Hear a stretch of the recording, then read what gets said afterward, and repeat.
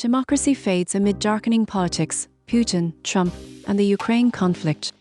In a surprising turn, Russian President Vladimir Putin revived his rapport with US President Donald Trump through a phone call just before Trump's high-stakes meeting with Ukrainian President Volodymyr Zelensky.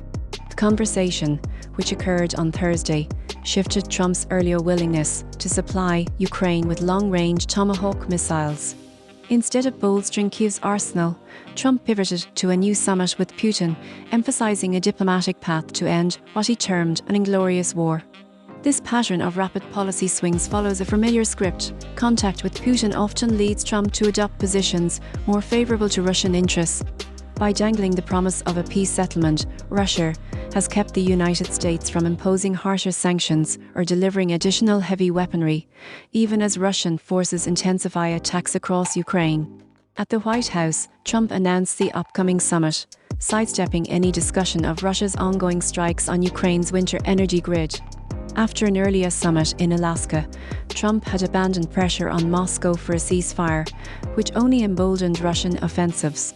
In this round, however, he urged both sides to cease hostilities at their current lines, a proposal Zelensky cautiously accepted as a foundation for further talks. Meanwhile, Putin briefed Hungarian Prime Minister Viktor Orbán that US and Russian officials would soon negotiate a framework for a peaceful resolution, though the language offered no clear timeline. Kremlin spokespeople continue to portray the conflict as a complex, long-term issue, refusing to signal a decisive shift.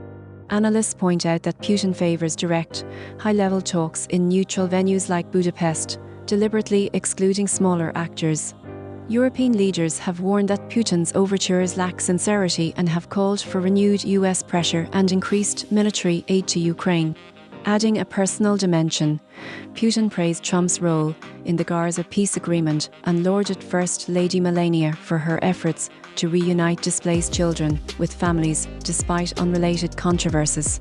He also suggested that a Trump administration might have averted the invasion had it acceded to Russian demands, including a rollback of NATO presence. The war now appears deadlocked. Russian forces have made modest gains, but have yet to capture key strongholds such as Pokrovsk. Domestic polling shows rising war fatigue among Russians, even as the Kremlin tightens repression and censorship to maintain control.